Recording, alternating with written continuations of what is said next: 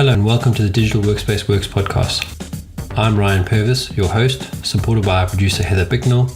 In this series you'll hear stories and opinions from experts in the field, stories from the front lines, the problems they face and how they solved them, the areas they focused on from technology, people and processes to the approaches they took that will help you to get to the grips with the digital workspace inner workings.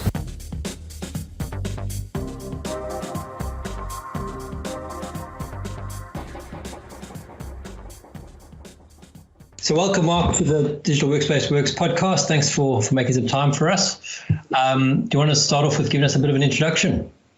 Oh, thank you for having me on. Hello, everyone. My name is Mark Chillingworth. I've been writing and editing for the CIO and CTO community for 12 years now, or just over 12 years. And find myself, I suppose, as the community editor, predominantly in the UK, but across Europe increasingly. It's a fantastic place to be. That's great. Very interesting. And tell us, when you do your writing, I mean, what are you looking for topics-wise? I mean, how do you find those topics?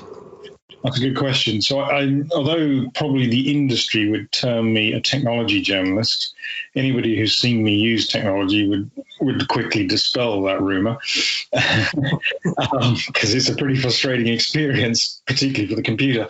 So I suppose I consider myself a business journalist, and business is about people. We all do business. We all interact with businesses. We're all members of businesses, and businesses are both their strength is their people, and sometimes their weakness is their people. And I just find that fascinating. I love meeting CIOs and CTOs, going to their organizations when you're allowed, and getting under the hood and finding out, seeing the passion in a CIO and CTO's eyes as they show the organization and they introduce you to their team members and to the other people who are not directly in their team, but of course sort of pivotal to what the organization is doing. It's the greatest pleasure in the world. And, it's an honor to do the job I do, because I've been everywhere from on patrol across Salisbury Plain with Brigadier Alan Hill. I've been inside steel factories, NHS trust hospitals, and then, of course, your good old-fashioned office, but all of them are vital. And all of them, there are people there doing something with passion, I find, and I just love that. When you said you were on patrol with the Brigadier, what were you actually doing? Alan does very well out of this story of we went to a forward operating base on Salisbury Plain on a blisteringly hot summer's day. They were practicing to go out on a mission in Afghanistan, and this particular summer, you could have been. It was almost like some sort of time warp had happened, and you'd been teleported across the world to Afghanistan. Everything was golden and burnt dry and bristling and edgy, and we went to this forward operating base in a Land Rover and went into a tent. And straight away, you had this strange juxtaposition of a very, the enterprise technology environment that you will, and everyone listening knows inside out, tables, laptops, the SAN in the corner, and all that. And then suddenly a mortar goes off, which is all part of the practice mission. And everyone jumps to the floor, apart from the journalist who stands with his notepad. And Alan burst out in laughter and was like, "You're dead, mate." And and it was amazing. We spent the whole day there, and it was amazing to see how they rehearse every single element, and also the professionalism from the text to the frontline troops going out, and obviously all the technology interactions between all of that. That was amazing. But equally, people like Cindy Fedell have taken me around their NHS trusts and introduced me to, frontline nurses who are pushing the envelope of technology, and the passion and professionalism between Cindy and her team and Alan and his team. There is no difference, just the setting. You mentioned that practice every element, going back to the military thing. Did they practice without technology? If the technology were to go down, an EMP pulse or something like that? I'm pretty sure they did. You'd best off asking John Cole, is now the CIO for the British Army, who I had the pleasure of writing about earlier this year. But yeah, certainly the impression I came away from the NHS and the British Army is they practice and they train for every eventuality. unbelievable professionalism. Yeah, it's something I've been wondering about, because we've now, with COVID, been pushed so hard to working from home and relying on this technology that for a lot of us was sort of normal, but for a lot of people it wasn't normal. Now everyone's using it, sort of everyone's leveled up to the same level. And the thing I was wondering about, what happens now if the technology were to fail? You weren't able to use Teams and Zoom and your laptops, and then could your businesses operate at all? Because of this reliance. There's going to be these issues, aren't there? And we certainly saw at the beginning of the lockdown, when Microsoft encouraged huge numbers of people to join Teams and then hadn't quite got their capacity management right. But hats off to Microsoft. They seem to have solved that issue very, very quickly. Zoom had similar issues. They resolved those very quickly. More security orientated, I believe, was Zoom. So I think, that we've reached a very fascinating level of ability to respond, haven't we? There will still be failures, and there'll still be peers of mine who enjoy telling the stories of the failures. But, I don't want to monopolize this. You got anything you want to add or ask of Mark?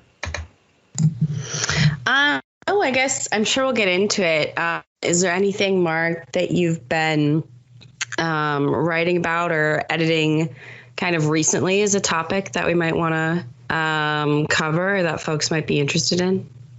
It's a good question. I mean, unsurprisingly, probably just like the CIOs, my huge focus throughout 2020 has been the enterprise cloud. And I work with a number of really cutting edge technology companies, and they rightly see that actually there's going to be a tech boom off the back of this for those organizations who maybe weren't as prepared as others. And so I've been helping them with a lot of written and communications material, because there are organizations who I think as their market bounces back, or as just the economy returns to some form of normality, there will be a need to invest in the cloud, because it's clearly the most responsive technology for this new world we're navigating. Do you have a feel for that?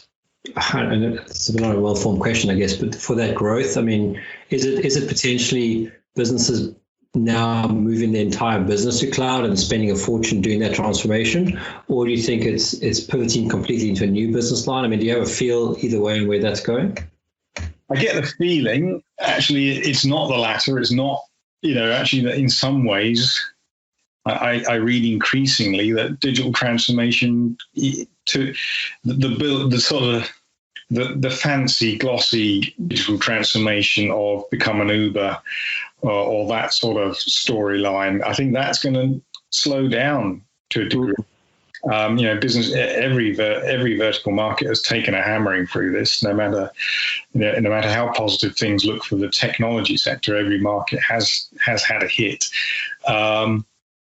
Where I do see, I suppose the growth is that the optimization and the efficiency of the business, where IT and cloud can really make some good inroads and help lower operating costs and improve margin. I think that's going to increase. And certainly you look at last week's Harvey Nash CIO survey, massive increase in budgets for a short period of time.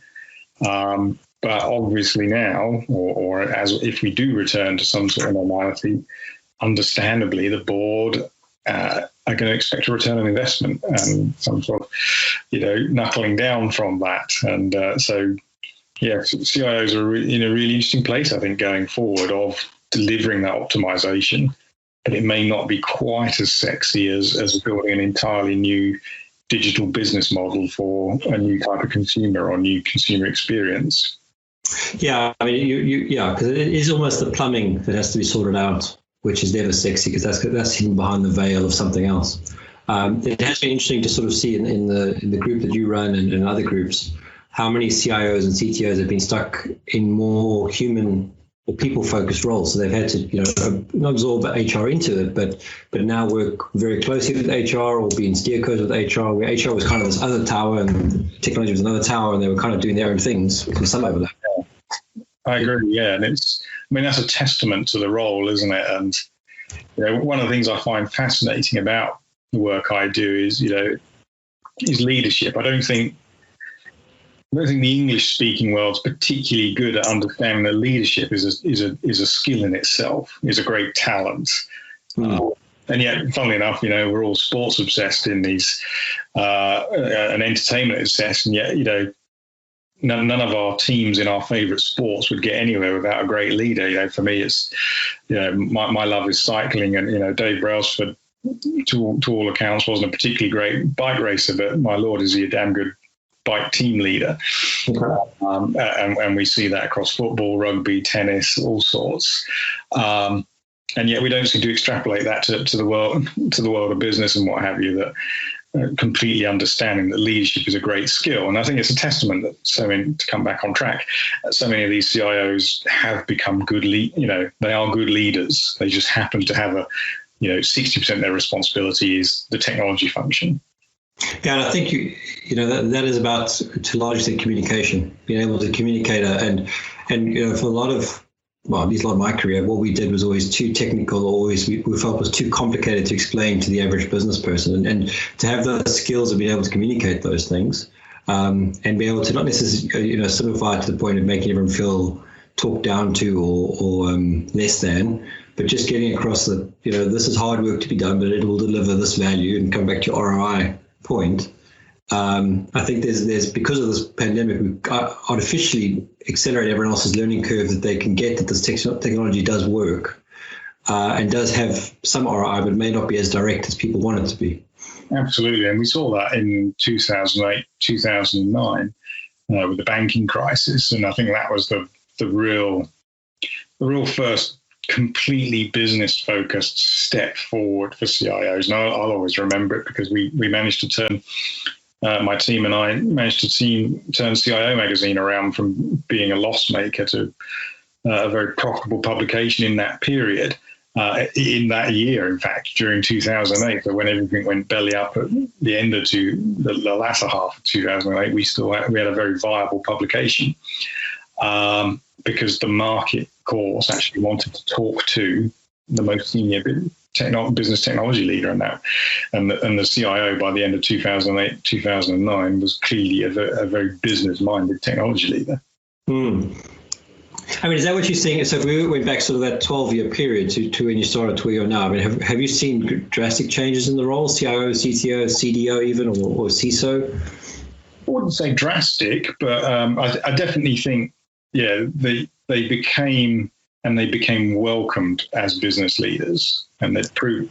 And I think they were already on has only really become aware. Sort of reminded me recently. Actually, I had a conversation with one of the big retail CIOs.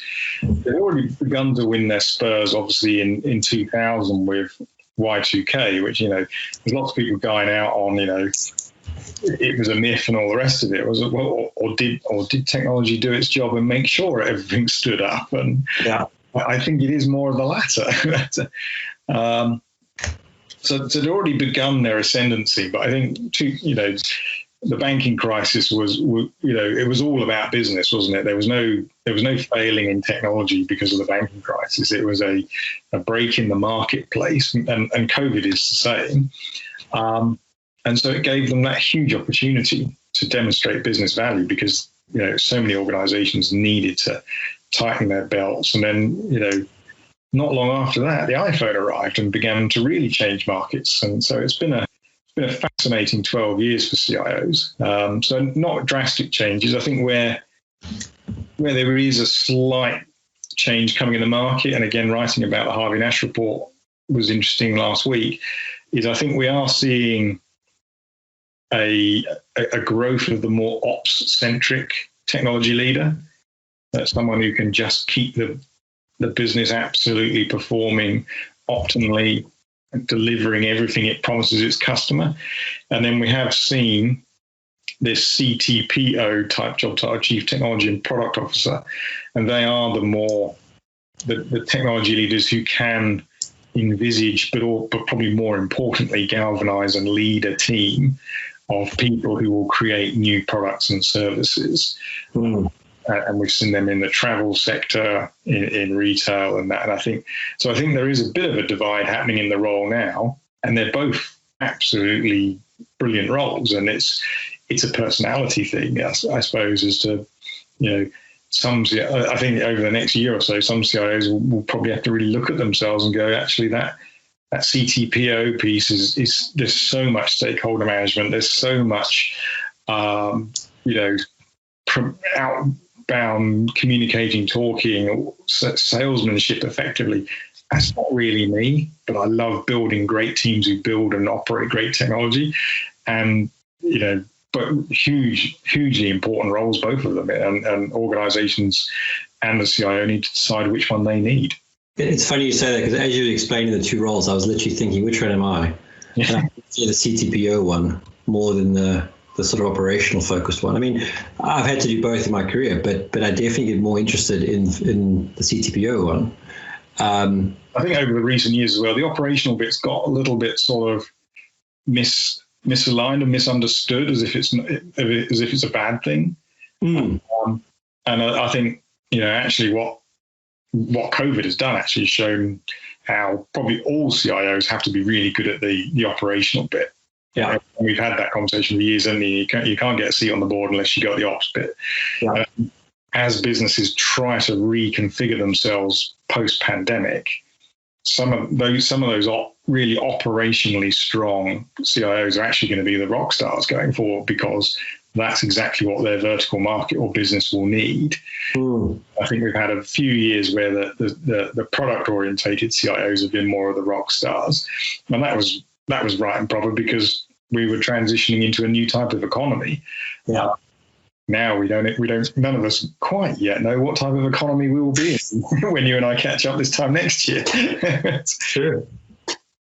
Did you? I don't listen to. We published an episode now on which Star Trek captain would you choose for your digital transformation, and it kind of alludes to what you're saying there. There's a Benjamin Sisko run a Starbase operational captain, and then you've got the more exploratory product one, I guess, which would be your Janeways, your Picards, your Archers that are out exploring the universe, solving problems.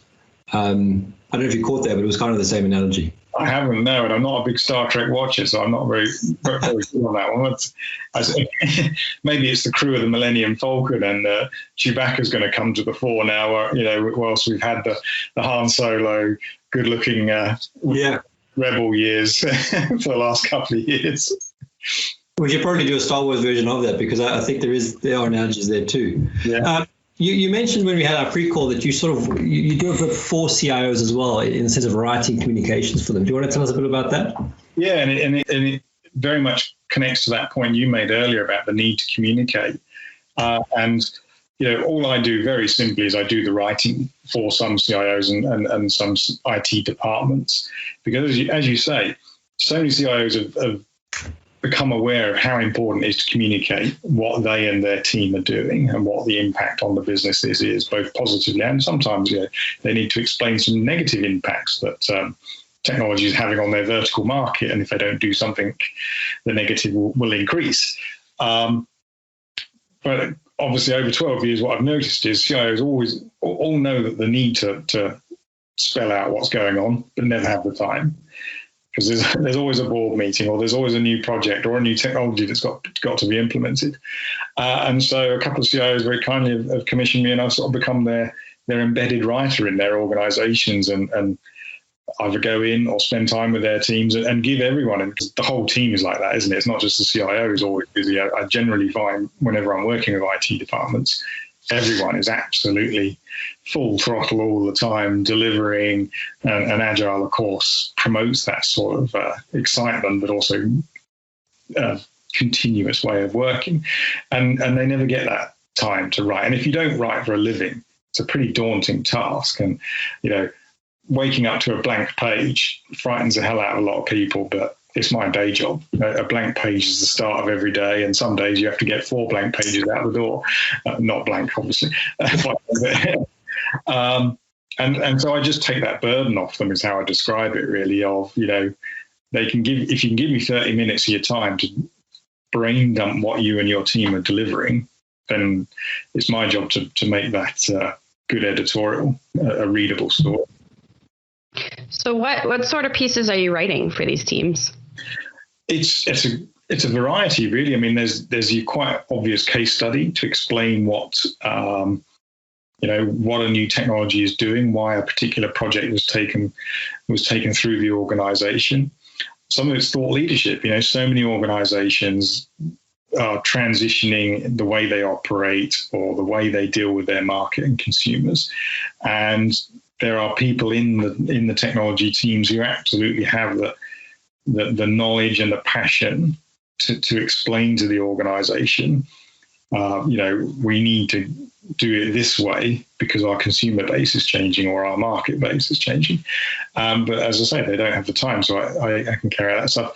Other things is just good old fashioned explainers. One client recently asked for a wiki. They've become a distributed business. Could you produce a wiki that explains how all these different things work so that when people are stressed, oh, why isn't X happening for me? They can quickly, use the wiki and off we go. Yeah. I mean, I guess, when you're that, sounds like, when you're that large of an organization, essentially anyone you're writing for, it's such a huge audience at that point. I could see it being quite daunting, almost like you're writing for customers.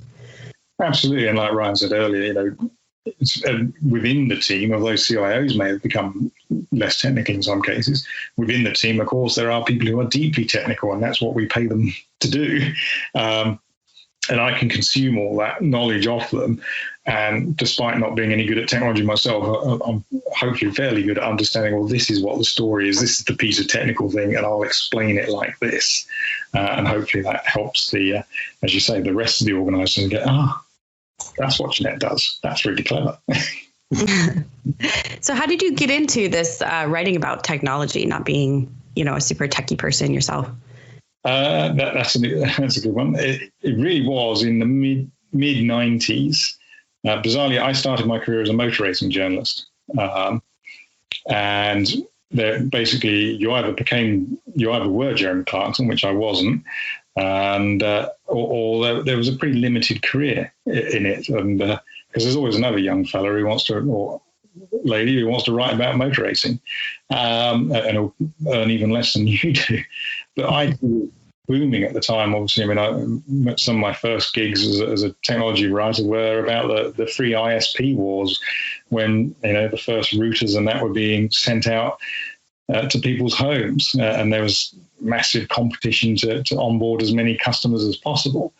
And so, having written about racing drivers and their cars for a bit, an editor obviously assumed that I'd be able to cope with IT.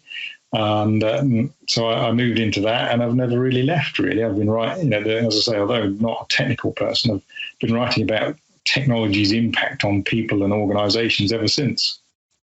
And I'm sure you picked up some of the, all the lingo over the years. Yeah. I mean, it does have its own language. Yeah. And even now, talking to my two daughters at times, my wife is a technologist, so I do find myself slipping into the language and see a raised eyebrow. I was like, either that doesn't make sense, or he says that as if he knows what he's talking about. And what are your thoughts now that we're going through this pandemic, and it looks like we're going through our second wave here in the UK? I mean, what are your thoughts on future of work or during COVID, the rest of our lives? Yeah, I mean, it's a really interesting time, and it's a really challenging time, isn't it? I mean, I come from a very manual labouring, agricultural, rural background, and you see it in the forums that we're all members of, that there's a degree of "I told you so," that this work from home and productivity and all of that would, the technology is there, people can be trusted, they'll get on with it, and they absolutely will.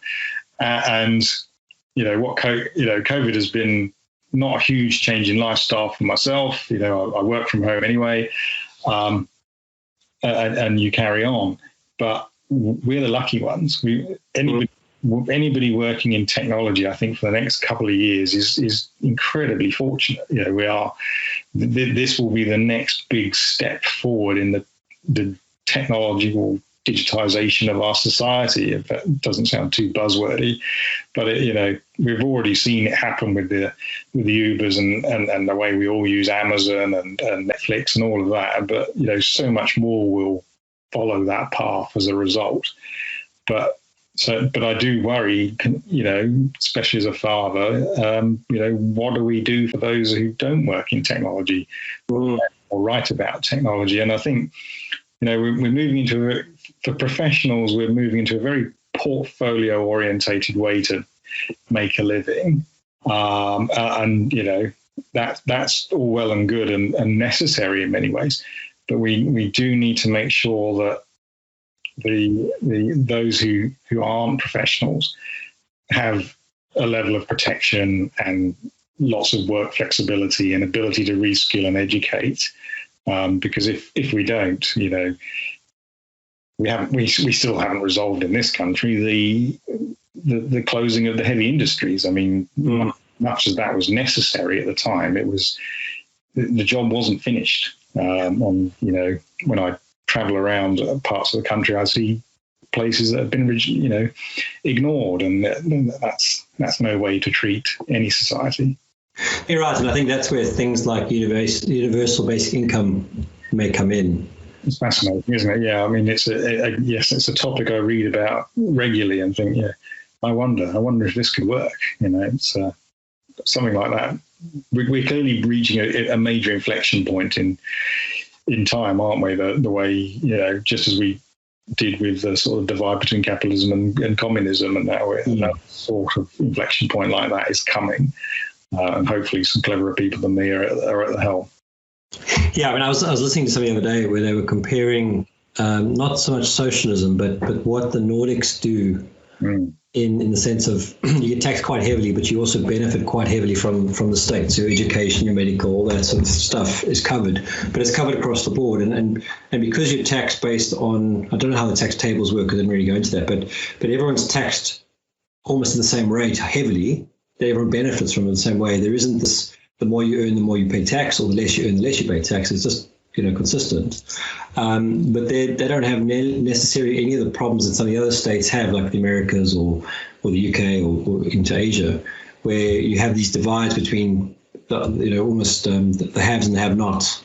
And because the people that are affected mostly by this have been, people that earn either via manual labor, a role where they have to be there, face to face and that sort of thing. Or the industry they support doesn't need them because, you're in travel or hospitality where no one's traveling, there's no need for hospitality. Yeah. What do you do with those skills or people without skills? Well, absolutely, yeah. I mean, I'm hugely fascinated by the Nordics and the way they do these things. And, it wasn't that long ago. Well, they were, in mobile telecommunications, they were the forefathers of so much innovation there. And now in electrification of cars, that you've got Polestar and people there.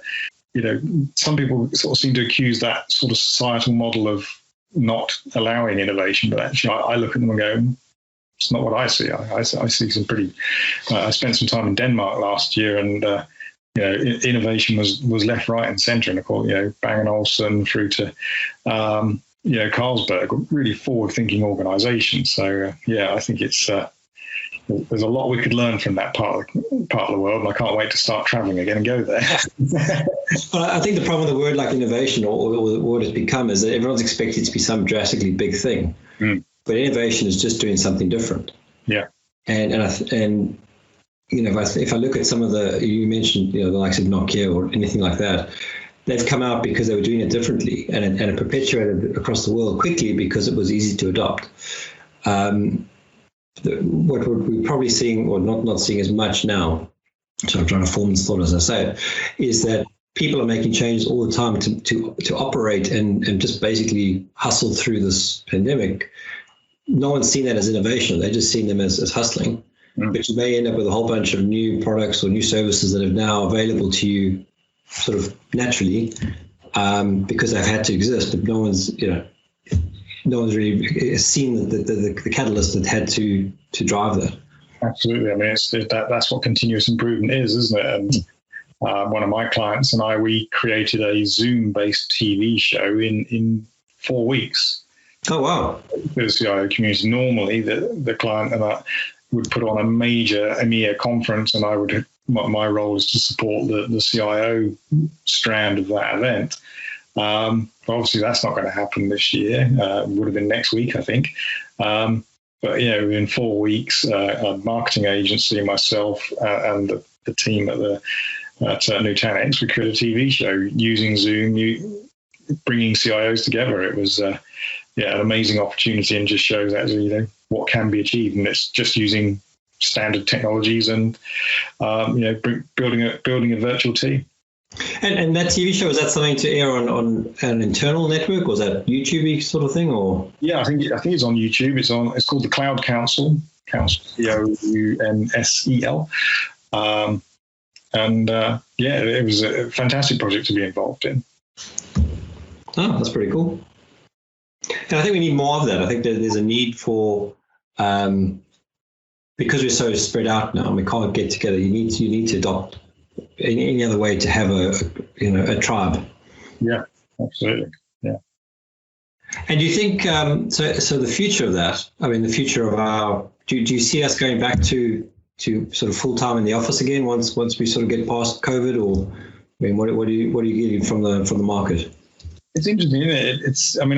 I think an element of distributed enterprise is certainly for, as I say, that us fortunate to be knowledge workers is the norm. And, my wife has been working at home for, ever since lockdown, and says her productivity's up, and, it works. It's working for the business. It's working for her. And you hear that story right across the forum, don't you, that that's happening. And again, as I say, but for those roles that don't suit that, that's the challenge. What we do there. There's many benefits to it. I live in a rural town just at the very edge of Surrey, and really, if most of us don't get on a train and travel out of town to work, then we will surely spend more time in our towns and invest in our local economies. And that can be hugely to the benefit of the big major nationals and internationals, as well as the small local trader, and both require support. Yeah. Supply chains moved away from those because everyone was going to hubs. Now the spokes are becoming more important again, and that's an interesting economic change and an interesting dynamic again for the CIO to grapple with day in, day out. Yeah, and that's where technologies that have been delivered, like Microsoft's new WBD platform, definitely, in one sense, take away one headache, but they create a whole new set of headaches, as things evolve, mostly with getting the people to adopt these things and use them. Adoption rates were fascinating, weren't they, through COVID, of, everything from electronic signature to full collaboration tools. In many organizations had already sat there, they've been implemented, but they just hadn't got over the adoption hump. And then suddenly, one Tuesday in March, we were told to adopt them, and we all did. Because I don't know if you saw some of the stats. The amount of minutes that Zoom and Teams deliver on every day, it's in the billions. It's quite scary to even conceive that. And also the amount of laptops that were bought and all that sort of thing, which, there was a surplus, but there was no surplus by the end of that week. It was all gone. Yeah. You also mentioned that you do some writing for vendors. What sort of writing do you do for them? It's a mix of some ghostwriting and just old-fashioned copy editing, really. There's a lot of vendors out there who, they use the same voice right across the spectrum of material they produce. And I've been very lucky to work with 2 or 3 companies who really understood that. It's a different voice for the CIO. It's a different voice. The DevSecOps guys don't speak the same as the CIO. Both are absolute pillars of the business, but material, and there's absolutely no way I could write for the DevSecOps guys, because they'd want a level of technical detail that's way beyond my meager brain cells. But that business-centric stuff that I've been covering day in, day out for years, that's where I step in. So it's really good, and it's nice to see some vendors really. And a huge part of these commissions actually is usually they want to sit and learn as well. Actually, are we communicating with CIOs in the correct way? And when you sit down and look at their materials, and I say, no, it's too technical, or you're hitting them over the head, or they need partners. It's a tough job, and let's talk about how you can partner with them, what you can deliver hand in hand with them. And as I say, there's a couple of companies out there who have really embraced that and go, yeah, you're right, go for it. Write that, because we want to help these guys, because they've got tough jobs. Yeah, I must admit the amount of content that we get bombarded with. You can't open LinkedIn without a couple requests a day to sell you some service or some product, and every so often there's a worthwhile conversation in it, but it's probably 1,000 to 1 or whatever. It's marginal. Yeah. Are you finding any sort of movement to using new media as opposed to written word, so going to video or podcasts or anything like that for those sorts of leaders? Yeah, obviously the Cloud Council had a commercial element to it. The partner there ultimately needs to sell their wares and services in return for sponsoring this product. So that's a clear example of video. Obviously, we've seen a huge number. We're in sort of peak technology conference season right now. Normally it would have been VMworld in Barcelona, and weeks and Gartner Symposium and all of those, and of course they've all become virtual events, and some of them have been really good. I went to the TIBCO and OutSystems ones last week. Very impressive, and so all of that. But I think written word still has huge amount of power to sort of underpin that, because you might listen to the CEO and think, she gets where I'm going with my business. That's good. Then you want to go, it's natural to want to dig deeper, and the human mind often digs deeper by reading. Yeah. Not always, but so I think that it's definitely both are growing in my experience. I think more written word, more video, more audio, more virtual events. I think we will go back to real live events when it's safe to do so. And I think that but they'll change. They're probably going to be a lot more targeted. I always had a question mark over some of them, that I went to that were just vast and huge jamborees. And as I say, having once written about motor racing, the scale was pretty similar to a Grand Prix in terms of, production values and people involved and therefore cost involved. I think that will change drastically out of this, even for the mega vendors. I think that, it'll be really interesting to see how they measure their marketing ROI for an event going forward. Be fascinating. Yeah, it's been interesting, because I think some things have changed this year. Like Apple had their event, and usually they wait a couple of weeks before they release sort of their new operating systems and that kind of stuff. And they almost went to event and then released straight away, which caught everyone who was used to that cadence unawares. Although iOS 14 is pretty buggy, so it probably could have waited another 2 weeks before they released it. But even with looking at some of the other big ones like Microsoft's things Ignite, that was quite nice just to sort of watch the videos. It was a much more streamlined event. It wasn't necessarily as convoluted as it has been. Not that I've travelled to one of those in the US, but the UK one is quite overloading. So it's nice to see some of those things get a little more of a reality check. And they fit so much. They're actually good for your productivity. And I would put them on the iPad on the corner of my desk, carry on working, and then sort of look over when something had really jumped out at me. I was like, what are they saying here? Well, that's fascinating. That's really interesting. I hadn't looked at it that way. And then carry on with my work, and it just carries on, as a lover of radio and that, it's a very similar paradigm. Yeah. Oh, super. Then, Mark, where's the best place to get hold of you? LinkedIn or Twitter or something like that? I'm on LinkedIn as obviously Mark Chillingworth. I'm on Twitter at mchillingworth.